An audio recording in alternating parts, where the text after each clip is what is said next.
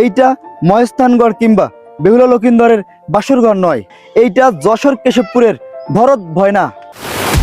আজকের ভিডিওতে ভরত ভয়না সম্পর্কে বিস্তারিত জানবো, চলুন জেনে নিই।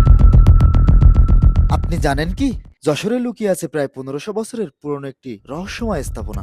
স্থানীয়ভাবে যাকে বলা হয় ভরত দেওল, ইতিহাসের এক নীরব সাক্ষী যা সময়ের সাথে আজও দাঁড়িয়ে আছে।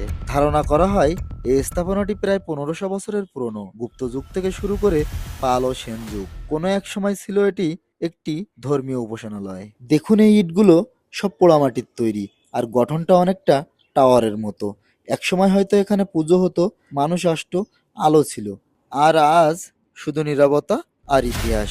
সময় বদলায়, মানুষ বদলায়, কিন্তু ইতিহাস কখনো হারায় না। ভরত ভয়না তারই প্রমাণ, নীরবে দাঁড়িয়ে আছে অতীতের গল্প শোনাতে। আপনি কি আগে এই জায়গার নাম শুনেছেন?